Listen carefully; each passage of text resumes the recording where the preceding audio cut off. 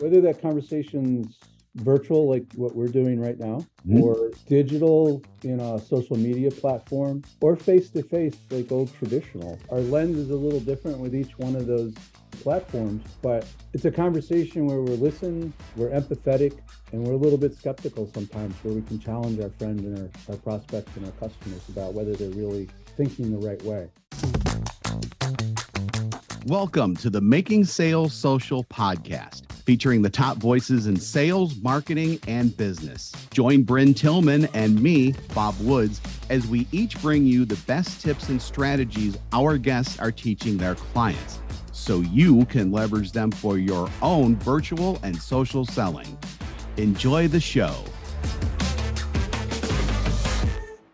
My guest today on Making Sales Social is author, podcaster, and CEO of Helix Sales Development, Walter Crosby. Walter works with growth-minded mid-market CEOs who have the desire and commitment to build a performance-based sales culture. Helix Sales Development leverages a sales manager within managers, I should say, within the organization, teaching them how to direct a successful sales team, create the process, establish positive accountability, and coach with a coaching as a constant management style, which a lot of people don't do, as we all probably know. Using its proven sales training process, Helix says that 91% of salespeople rise to the top half of companies they work for within the first year. That's a hell of a goal. I like hearing that a lot. And speaking of the podcast and the author part, Walter has also just published a new book, The 7 Critical Mistakes CEOs Make with Their Sales Organization That Top the Company from Scaling, which is out now on Amazon. And we'll hear a little bit more about that. And he's also host of the Sales and Cigars podcast, which can be found on Apple Podcasts, Spotify, and the major podcasting platforms. And we'll get into a little bit of that too as well during our show. So, Walter, welcome and congratulations on your new book too. Thanks, Bob. I really appreciate the opportunity to chat with you. Looking forward to it. This one is going to be fun, as they all are. So let's go ahead and do this. Our first traditional question we ask of all of our guests is, what does making sales social mean to you? It's a good question.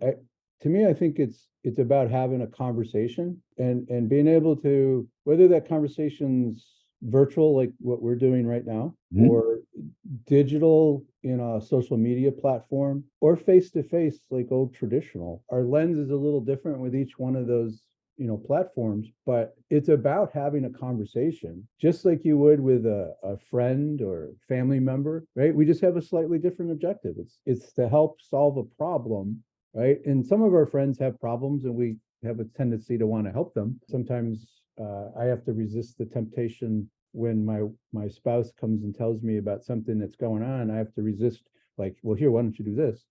Right. Sometimes you just need to listen, Yep. and be able to take that in. So it's a conversation where we're listening, we're empathetic, and we're a little bit skeptical sometimes, where we can challenge our friend and our prospects and our customers about whether they're really thinking the right way. So I do Sure. all those things, even socially. My posts, social media is about challenging the way people think sometimes. Yeah. Yeah. I like that, especially because if you like softly challenge people, when you do that and you're still in that conversation, still learning about what it is that they're looking for, it's almost like their minds open up to new possibilities at the same time. And that's one of the really great things that I like about social, is that you can do that through conversations. You can do that through your content. I mean, there are so many different ways to do that. And it's not really persuasion per se, and you're not playing Jedi mind tricks or whatever. You're just finding out more and offering them something that they may not be thinking about. It's about listening first, right? I think you're Yes. 100% right. If you're not listening to that person speak, or you're not listening to that or reading that person's post with an open mind and open ear, then you're not going to be able to really engage with it. And outside of social media, right, where there's, or even with some social media, people just don't have conversations anymore, and they Yeah. don't, because they don't listen. And it's really about having that. Sometimes it's an uncomfortable conversation, which is Hmm. okay, right? If you're Yeah. truly listening. We were talking before about our alumni, Hmm. and some of my best friends our alumni from your fair institution, but we just agree that, we have different perspectives, but I learned stuff from them and they learned stuff from me. It's just part of the idea that you just have to listen and really have a conversation. Absolutely.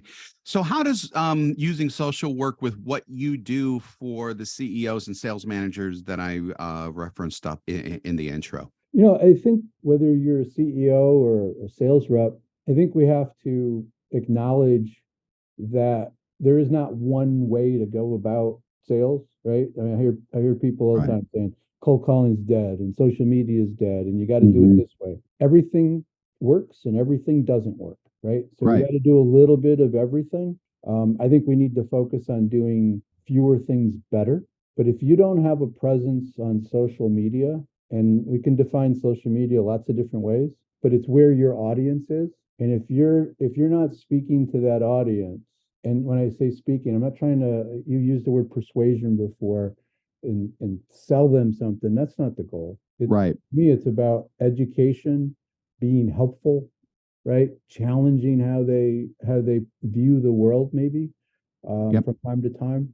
But when I'm doing social media, I'm speaking to a very specific, what we call a dot, an ideal client profile, like the persons that we want to work with, that we feel we can Mm-hmm. help, and other people may hear it, and they can reach out to us, or they might learn something. That's all great, but there's a small group of people that we can work with and we can help, and that's who I'm talking to. And if that resonates, great. Yeah, that's excellent. That's excellent.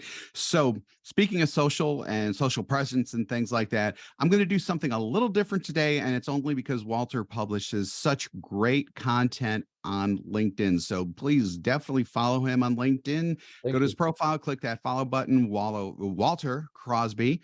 So, I'm going to draw from some of his recent posts because he brings up a lot of really good questions and points that are being discussed in sales, sales management, and also hiring of salespeople today too. So this is obviously not only for people who are managing, but people who are salespeople who want to, kind of slot into that too. So this is going to be a great conversation. First off, we are hearing all kinds of things about layoffs at various companies. It's just the way things are right now. One of the areas that always gets hit is sales, not only in headcount, but in training and support. And Walter has a quote that I think is just brilliant. Why would you stop resources to improve the revenue machine? It seems counterintuitive and even crazy. So Walter, why do you think CEOs, CFOs, et cetera, go through all these actions, and what should they be doing instead, with the understanding that their companies are probably in situations where they do need to be doing that proverbial belt tightening? Oh, absolutely. It's a great question, and I'm glad that post kind of resonated. I think what happens is that a CEO or senior executive in an organization has a gut reaction. Like we perceive our revenue is going to drop, recessionary times, whatever the reason is. They're basing it on gut reaction rather than data, rather than looking at what's really happening. What did they look in the rearview mirror? Like what happened the last time we had a recession? What happened in '08? What happened in the 60s and the 70s, the 80s, the 90s, right? Every decade's got a situation. How did Yep. you react? What worked? What didn't work, right? That's one way to look at it. Like, what have we done in the past that's worked and what have we done that didn't work, right? Hmm. But the other piece of it is they'll look at their sales organization the way a CFO looks at it. And because they're getting data from the CFO. So we got to cut the 15, 20, whatever the percentage is that they feel they need to cut. They're going to cut it from the sales organization, but they're going to base it on inaccurate or ill-informed data. So not all salespeople are created equal, and not all of Right. them are in a role that should be doing the same thing. If we're going to lose a little bit of market share, and we know that we're going to lose market share, then how do we protect those accounts and that market share that we have? But if we have to go out and find new logos, what are Hmm. we going to do? How are we going to prepare our team to do that? Do we have the right team to do that? The guys that have been selling accounts that are doing $2 or $3 million a year are your biggest producers. Why are they your biggest producer? Are they just working these large accounts and just reoccurring revenue and they're growing it a little bit, or are they out killing it, bringing in new logo? Both Yeah. are important, but when you go into a recession, in your scenario, you have to do belt tightening. Which one do we want to cut? Which ones do we want to grow? Which ones do we want to support? There's no easy answer. You got to look at it, and you got to look at the data. And there's ways of doing that. That's one of the things that we can do for a CEO. But if they just cut based on top producers, those people are not necessarily find new business. Yeah. Yeah. I like that. It's very understandable because they need to be hunting. Yeah, it depends upon what you need. So Right. if they need to protect the market share, those people have to be there, and maybe cut some of those account managers or farmers who are just handling smaller accounts, and we ask everybody to step up and do a little bit more. But if you're going to need to go find new logos, and guess what? When you're in a recessionary time, it's a great time if you have good fundamentals to go out and grab business from your competitors, because everybody's looking at what they're doing. It's easier to have a conversation, a value conversation is going to win, right? You can't just go sell on price. Right. So it's having the right people at the right time, the right roles, and what we're into right now and where we're going.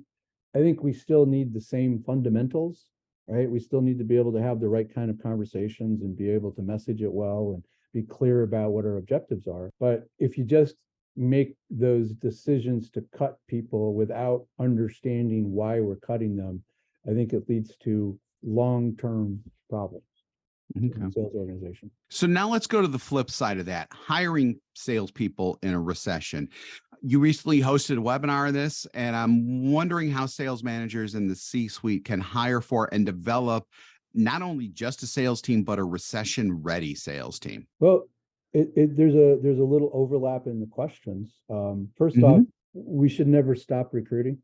We should always be looking for talent. I don't care if it's, sit on the bench and to keep those relationships going, but there are 6% of salespeople in the planet, 6% that we consider elite, that are really great at having value conversations, or consultative, hunt, talk to the right decision makers, can build relationships, can follow a process. 6%. Wow. And there's another 14% that are good.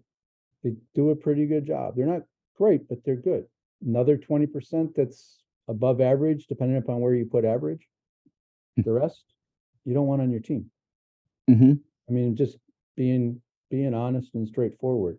Sure. So if you're not always looking to recruit talent, you're going to run into a problem, because you should be able to go find talent when you need it. So, but to go find talent in a recessionary time is much the same as when we were having good economic times.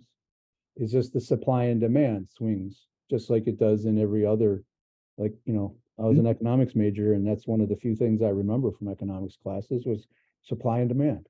And that sets the price. So we're going to pay more right now for really good salespeople because they have lots of opportunities awaiting them. So Mhm. that's something that we need to get straight in our head as a senior executive. A comp plan needs to be aligned with the market, and it also needs to be aligned with what we want them to do, right? If we want them to go out and sell new logos, then we should provide the right incentives for that behavior. And if we want them to procure new growth within an existing account, that Mhm. comp plan should be aligned with that. But it's looking for what we need to do, and then going out and finding those people. And we have some tools and techniques to be able to help define that in a candidate. Our way of approaching hiring salespeople is the first mistake that people make is that they hire the salesperson the same way they hire an admin, an engineer, a manufacturing person, Yeah. anybody else in the organization. And I'm a salesperson for over 30 years, so I can say this, we're different. We can go sell ourselves, and we're better at interviewing than a lot of hiring managers, better than a lot of HR people, right? And we can skew that interview, and we can write a resume that makes things look well. So if we treat them the same way we treat all of those other people in the organization, you're going to hire poorly. So let's Right. figure out, let's approach it differently. Let's approach it with some some data driven, some science behind it. Let's put together an interview structure that is objective, that allows us to truly evaluate candidates from one to the other and ask them all the same questions. Let's put a little effort into training the people doing the interviews, right? Because we all bring Ooh, bias to the party, right? And there's yeah. unconscious bias all over the place. Yep. I graduated with a woman who was at a very large bank in their HR department, and if she got a resume from a candidate who had graduated from a particular university, she would toss it like it never existed. Wow. Right. So, I mean, that's more than an unconscious bias, Yeah. but things like that happen. Yep. It's silly, it's wrong, it's unethical, should be Yeah. rooted out. But that's one of the things that happens. So we need to spend some time helping our hiring managers and the people doing the interviews to do this with more structure to it, to make sure that we're creating objective scoring, right? The idea that we should be trying to disqualify hiring sales candidates is much like what we do with prospects. We're always looking for the reason this might not work. We're always looking for a challenge that might occur, right? Should this person come into my pipeline as a customer, as a prospect in my sales pipeline? Same idea applies to hiring salespeople. Does this person meet a certain criteria along the way? And the kind of inside baseball is that we don't sell the job or the company until the very last meeting. We ask the CEO to come in, or whoever the senior executive is going to be part of that process. That's when they come in and sell it. They sell the culture, they sell the role, they sell the company, they sell all of the things that are there. During the early process, we're trying to root out why this person might not be successful. Do they have the criteria that are going to hunt, build those relationships, right? Whatever's important. So I think that's a fundamental difference from our approach to sales hiring to the traditional methods. Okay. Yeah, that's interesting. That's fascinating. So let's go from hiring to retention, especially in this day of, quiet quitting and people just saying, see it wouldn't want to be a. What do you tell the sales manager or C-level type who's losing people and they're like, I'm losing so many people, I'm losing good people. How do these companies retain those people? I think the first thing that they need to do, and I had this conversation last week with a CEO of a mid-market company. Mm-hmm. I said, go grab a mirror. Very uncomfortable conversation for the CEO. Mm-hmm. Why are they leaving? That's what you have to Yeah. understand, right? You get a certain amount of information from an exit interview, Mm-hmm. Yeah. but you really got to understand your culture. Right. You got to understand the people that are working with you. And we're talking about salespeople. So the people that are doing well, we can ask them, what's working, what's not working.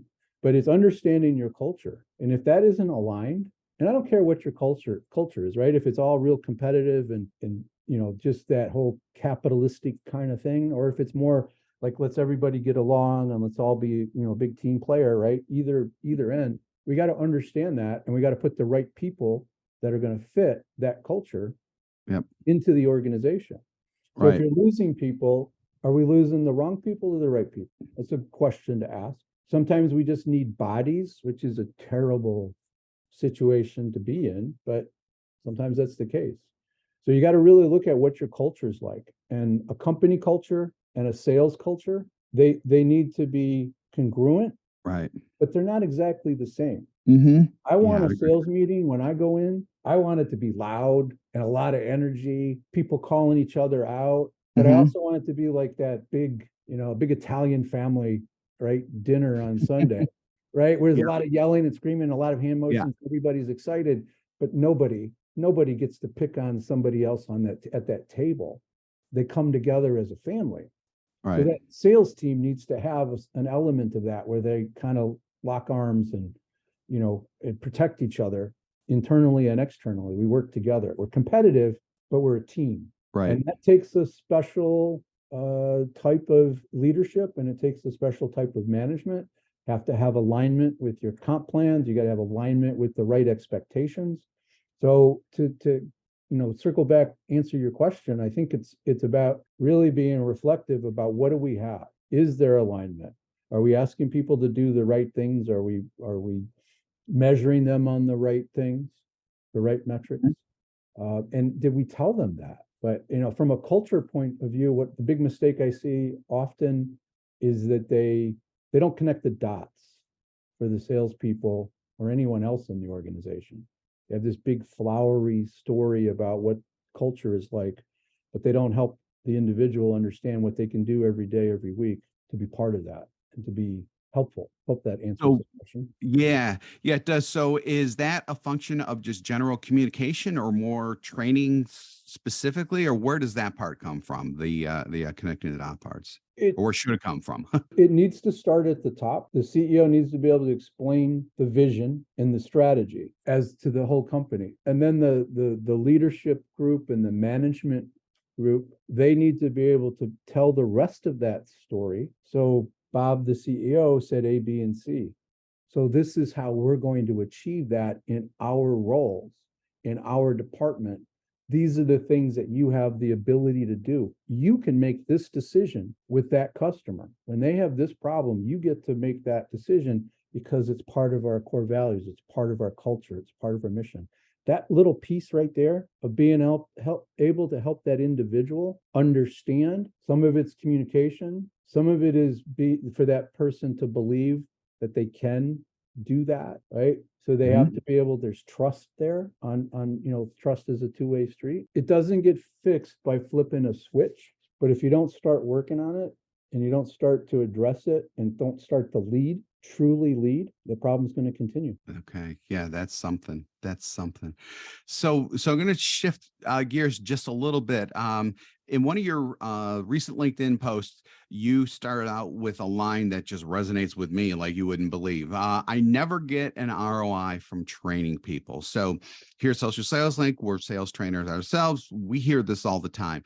You advocate a different way of doing training. Why don't you tell us a little bit more about that? It's the last thing we do, literally. Okay. Some people in the sales improvement space, sales development space, lead with it. We just need to do training because what does that do? It allows the VP of sales or the senior executive to say, I'm doing this, I'm providing them training. It sort of allows them off the hook in certain Right. situations. Yeah. Yeah. That's what I was thinking when you started saying that. Yeah. So what I've seen, saw this a couple of times earlier this year. The salespeople went to training last year and it didn't work. Okay. Well, tell me a little bit more about that.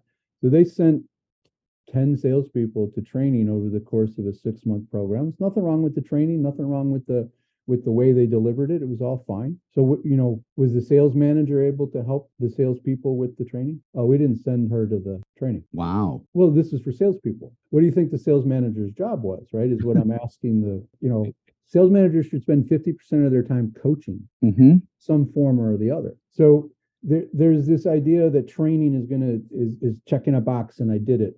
And Right. we spend billions of dollars on training throughout the year, and a huge percentage of it is sales training. To address your question, Bob, I think we need to understand our culture. We need to understand what we're asking our people to do. Have we given them the right training? Has the CEO and the senior leadership team delivered what they're responsible for to the sales organization, right?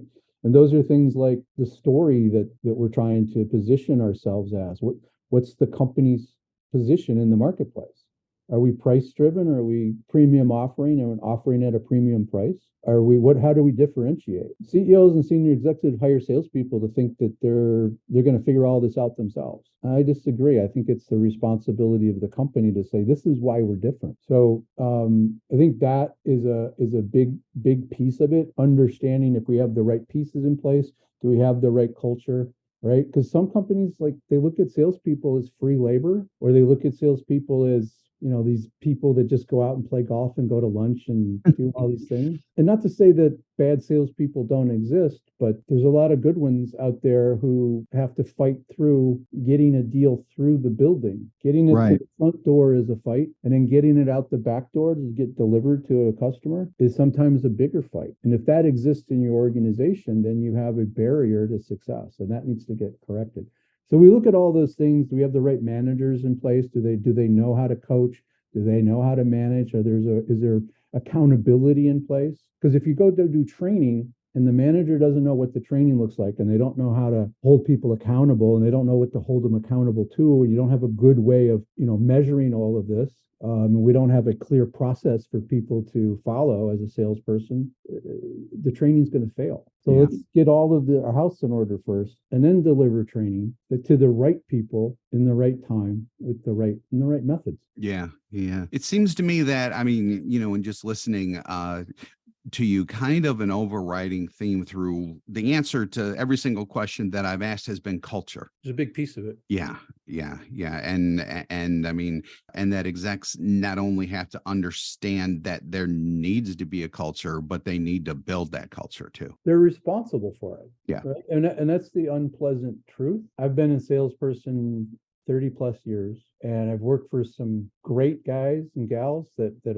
really that meant well. And I worked for some folks who were just miserable people and hated salespeople, right? They saw us as a necessary evil and they treated us as such. But that CEO is responsible for whatever is there, and they have to try to change that. And if they're, one, not aware of it, there's no way to change it. Two, if they don't care, they're not going to change it. And if they don't see the value that it ties everything else together, if you have this ability to communicate honestly and openly, and you have a culture that allows for people to say, that's crap, I don't believe that, and be professional, but to share people's real thoughts and to feel like you're going to be heard, I think that's important for everything else to work. So that post that you referred to, I mean, it was really a question, right? Is to people like, if you spent tens of thousands of dollars on training and you didn't get an ROI, well, that's common. Maybe we should look at why. Right. Maybe we should understand what's causing that to fail and do it differently next time. Yeah. Rather than just check the box. Yeah, exactly. Yeah. Yeah, exactly. Because otherwise you're just throwing money out the window. So we're going to get to your book in just a minute, but first, just a quick overview about your podcast, Sales and Cigars, which, by the way, I had the honor of being on several months ago and had a great conversation back then. This is a great conversation too. So while you and I know all about this, Walter, how does Sales and Cigars, how do those concepts, which a lot of people may go, I'm not sure I get this, how do they go together? It's a conversation. Yep. Right. Every once in a while, you'll have a cigar, so you appreciate what I'm saying, and not everybody does, and that's okay. Right. It's perfectly fine. Right. It's more of a mindset, I think. I mean, it doesn't have to be cigars. It doesn't have to be libations. But when you come in with like that type of mindset that is just relaxed and you're just going to have a conversation, that's, you can almost put cigars in air quotes, I think, because it really is, like you said, all about the conversation. Yeah, there's definitely a slant to it, and the logo and the tags and all that are tied around it. But I'm speaking to a particular group of people. But in general, I've had lots of people on. I ask the same question to everybody at the end. All right, it's the only one programmed question, and it's like, do you have a relationship with cigars? And it's awesome because I've had people on and say, yeah, I hate them. They make me sick. I don't want anything to do with them. Right? It's happened once or twice, not a lot. I've had a lady that was super smart, high level executive in marketing, who I thought I was going to ask that question to, and I would have got that answer. Okay. And her response was, I'm not a regular cigar smoker, but here, and she holds up a cigar that was 18 years old that she had saved. Like, it wasn't smokable. It was just 18 years old. She has Right.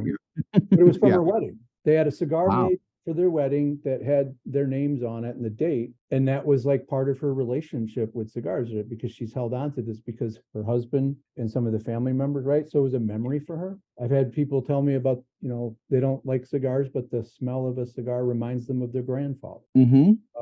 So there's a memory component to it that makes this personal. But to me, cigars are contemplative.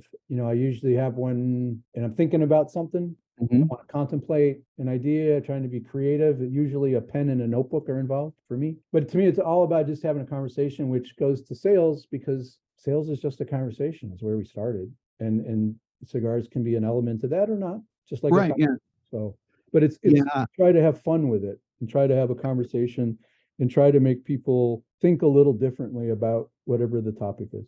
Yeah, definitely. Let's move to your book, The Seven Critical Mistakes CEOs Make with Their Sales Organization That Stop the Company from Scaling. So, what drove you to write this book, to sit down and go, I mean, to not only come up with this concept, because you're coming at it from a very specific standpoint, it seems like, but just what was the thought process behind that? I was talking to a friend of mine who I had on my podcast.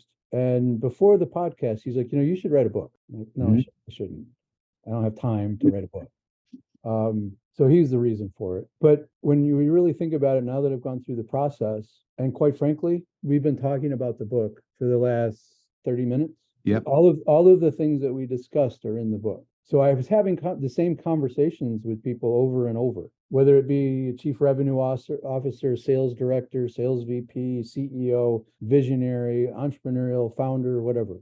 I was having the same conversations with them on a regular basis. So writing of the book was relatively easy because I've been having those conversations for the last 10 years. So it was just putting them down in a format that made sense, that I need a little help and structure with. But I've had a couple of people who have every reason in the world to be honest with me about it, who've read it, and they've said that there's a lot of good stuff in there, and you're right about X and Y, and it was easy to understand, which is what my goal was, is to be helpful. It's a short book that was written to be helpful to people, and the guys that helped me write it, and that's how they refer to it, is a shook short, helpful book. And it was fun, not every day, but it was fun.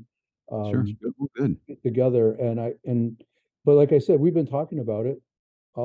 Every part of our conversation was touching on one of those elements that CEOs struggle with. Yeah, that's something. That's something that's cool. So, we love those one thing you can do right now takeaways type of thing. So, I would say probably, especially drawing from your book, of the seven critical mistakes, which one's probably the worst one, and what could someone do to avoid that? So that's one of those questions that make you think, right? And how do you know Make you you asked a think. good question? That's a Dee, really good dee, question. dee. I think there's a fundamental piece that a senior executive could really focus on, and that they're better at it than they realize. And if they just take a moment to think about it and contemplate, and that's differentiating their company, their offerings from their competitors. And Mhm. it's all that is telling a story. And that's why CEOs can be good at this, because that's part of their role, is to tell a story, whether it be Mhm. their leadership team, the board of directors, if it's publicly held, to analysts, whoever, their spouse for trying to convince them to go spend a bunch of money to start a company, right? They've told the story. They know Right. how to do it. So why? And it goes beyond just differentiating it's not features and benefits. Nobody cares. Right. It's like, why does this matter to your prospect? What Mhm. problems does that solution that you're offering, that product, that service, what problems does it solve? And it's being able to talk about those outcomes. That's what differentiates a company, is being able to talk about what you do without talking about the widget or the service. So you know that problem that you have, right? And don't ask them what keeps you up at night, because you should know Right. if Yeah. you're a good I hate salesperson. that question so much. Yeah. Awful. Yeah. Is this kind of thing of a problem for you? Well, yeah, we've been struggling with that for years. But what if you could do something like this? Well, how is that possible? Well, it might not be here, but let me ask you a couple of questions, right? And now you've got their attention because you understand their problems, you understand what they're going through, right? That's the conversational part, right? Mhm. And you listen to them, and it's like, I don't know yet. I think I might be able to help you, right? And then eventually you talk about your product, but in the beginning, you're only talking about the product in the sense of the outcomes that you create, the solutions you provide, the problems that you solve. And the CEOs think that their salespeople know how to do that. 6% of them are pretty good at figuring that out. 14%, they can do it if you give it to them. The rest of them, they got to have help. You got to give it Mhm. to them. So it's got to be congruent with all your marketing. The messaging's got to be the same. But if CEOs and visionary leaders could really tell that story and help break it down, they would have so much more success. Just that. Culture is important, management's important, the right metrics are important. But if you're not able to differentiate yourself, like why you, why now, you can't answer those questions, you probably shouldn't be in front of those people. So yeah, so that's a powerful way to wrap things up. If people want to learn more about your offerings, where can they go? Well, the book's on Amazon. I don't know if anybody's ever heard of Amazon, but they can go Yeah, type it's a that in. marketing company. Yeah. They could type in my name or the 7 critical mistakes and it'll show up. If somebody wants a copy of the book, since you and I are old friends and you Mhm. do a lot of good works. If somebody that's a listener of your podcast, they want a copy for free, if they ping me on LinkedIn, and I'll send them a copy for free. If they're Oh, thank you. That's no very generous. strings, no strings attached. They can just the idea is to help. Yeah, very generous. And it's Walter Crosby, just in case you forgot. And then Sales and Cigars is also on the major platforms, as they say. Anywhere you find podcasts, you can find Sales and Cigars. Chances are, if you're listening to this podcast on a platform, you're going to find Sales and Cigars as well in that exact same spot, which I won't list because God knows how many platforms we're going out to Yeah, anymore. it's crazy. It's absolutely crazy. So And then your company's website. helixsalesdevelopment.com, which is also where you can find the podcast and access to my LinkedIn and all that. So there's a few tools there too, if somebody's interested in learning a little bit more. We're not for everybody. We want to provide value. And the thing I usually tell a senior exec is if I can't help you, I'll tell you. And I'm more than likely I know somebody who can. Excellent. Not looking to waste time. Yeah, no, I hear that. So with that, Walter Crosby, sales performance expert, author, and podcaster, thank you so much for joining us today. Appreciate it. This was a lot of fun. I had this circled on my calendar right after the last football game I watched. And not to bring up a sore subject, but this was just as much fun as I was anticipating. So thanks, Bob. Appreciate it. Good. I'm always very, very happy to hear that. And I want to thank you for streaming this episode of Making Sales Social. So remember, when you're out and about this week, or whatever week it happens to be sure to make your sales social.